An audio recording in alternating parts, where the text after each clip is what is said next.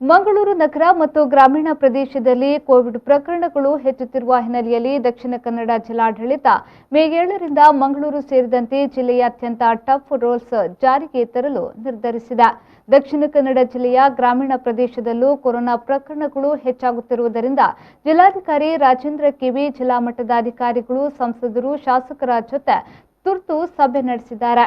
ಸಭೆಯಲ್ಲಿ ಕೋವಿಡ್ ಸೋಂಕು ಹರಡುವುದನ್ನು ತಪ್ಪಿಸಲು ಕಟ್ಟುನಿಟ್ಟಿನ ಕ್ರಮ ಅನಿವಾರ್ಯ ಎಂಬ ಸಲಹೆಗಳು ಅಧಿಕಾರಿಗಳು ಮತ್ತು ಜನಪ್ರತಿನಿಧಿಗಳಿಂದ ಕೇಳಿಬಂದಿದ್ದು, ಇದರಂತೆ ಜಿಲ್ಲಾಧಿಕಾರಿಗಳು ಕಠಿಣ ಕ್ರಮಕ್ಕೆ ಮುಂದಾಗಿದ್ದಾರೆ.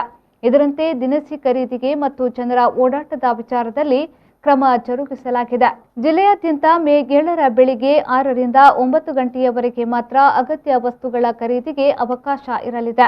10 ಗಂಟೆಯ ಒಳಗೆ ವ್ಯಾಪಾರಸ್ಥರು ಹಾಗೂ ಖರೀದಿದಾರರು ಮನೆ ಸೇರಬೇಕು.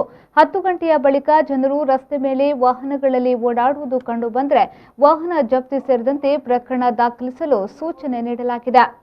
ಮೇ 15ರ ಬಳಿಕ ಮದುವೆ, ಗೃಹ ಪ್ರವೇಶ, ಹುಟ್ಟಿದ ಹಬ್ಬ ಸೇರಿದಂತೆ ಯಾವುದೇ ಕಾರ್ಯಕ್ರಮ ನಡೆಸಲು ಅವಕಾಶ ಇರುವುದಿಲ್ಲ. ಮೇ 15ರ ಬಳಿಕ ನಿಗದಿಯಾಗಿರುವ ಎಲ್ಲಾ ರೀತಿಯ ಕಾರ್ಯಕ್ರಮಗಳಿಗೆ ನಿರ್ಬಂಧ ವಿಧಿಸಲು ಜಿಲ್ಲಾಡಳಿತ ನಿರ್ಣಯ ಮಾಡಿದೆ. ಯಾವುದೇ ಕಾರ್ಯಕ್ರಮ ನಡೆಸಲು ಅನುಮತಿ ಪಡೆದಿದ್ದರೂ ಆಯಾ ಭಾಗದ ಅಧಿಕಾರಿಗಳು ಸಂಬಂಧಿತರ ಮನವೊಲಿಸಿ ಅದನ್ನು ಮುಂದಕ್ಕೆ ಹಾಕಿಸುವಂತೆ ಸಭೆಯಲ್ಲಿ ಜಿಲ್ಲಾಧಿಕಾರಿ ಸೂಚನೆ ನೀಡಿದ್ದಾರೆ.